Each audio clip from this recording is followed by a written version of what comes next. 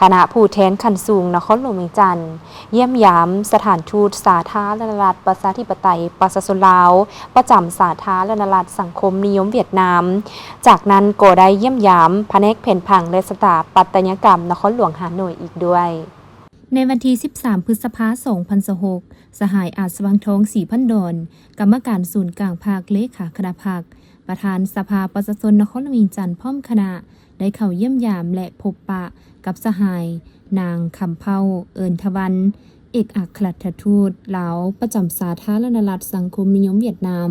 โอกาสนี้สหายเอกอัครราชทูตก็ได้กล่าวแสดงความยินดีต้อนรับและตีราคาสูงต่อการเดินทางมาเคลื่อนไหวเยี่ยมยามและเฮ็ดเวียกอยู่สาธารณรัฐสังคมนิยมเวียดนามของคณะผู้แทนขั้นสูงของนครหลวงเวียงจันทน์ในครั้งนี้พร้อมเดียวกันก็ยังได้แจ้งให้รับรู้เกี่ยวกับภาระบทบาทและการเคลื่อนไหวเวียกงานของสถานทูตลาวอยู่ประเทศเวียดนามโดยย่อ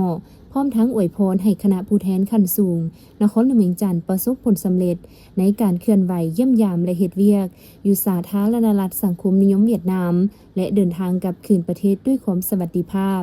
สหายอาจสว่างทองศรีพันดอนได้กล่าวแสดงความขอบใจต่อการต้อนรับอันอบอุ่นพร้อมทั้งขอบใจท่านทูตที่ได้อำนวยความสะดวกและเป็นขวดต่อสำคัญในการประสานงานให้คณะผู้แทนขั้นสูงนครหลวงเวียงจันทน์ได้เคลื่อนไหวเยี่ยมยามและเฮ็ดเวียกกับภาคส่วนต่างๆของประเทศเวียดนามด้วยผลสำเร็จดีซึ่งภายหลังสำเร็จการเยี่ยมยามและเฮ็ดเวียกอยู่นครหลวงฮานอยแล้ว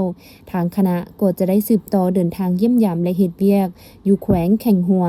และนครโฮจิมินห์ตื่มอีกทางนี้ก็เพื่อสืบต่อเสริมขยายสายผูกพันหัวมือระหว่างนครหลวงเวียงจันทน์และบรรดานครแขวงของประเทศเวียดนามให้นับมือเติบใหญ่ขยายตัวขึ้นเรื่อยๆในวันเดียวกันคณะผู้แทนขั้นสูงนครหลวงเวียงจันทน์ยังได้เยี่ยมยามแผนกแผ่นพังและสถาปัตยกรรมนครหลวงฮานอยซึ่งแผนกดังกล่าวเป็นหน่วยงานของนครหลวงฮานอยที่รับผิดชอบด้านการวางแผนเมืองการออกแบบสถาปัตยกรรม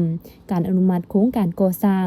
การพัฒนาโครงสร้างของเมืองและผังเมืองของฮานอยปัจจุบันแผนกนี้กำลังดำเนินแผนวิสัยทัศน์ฮานอย100 ปีเพื่อพัฒนานครให้เป็นเมืองทันสมัยและยืนยง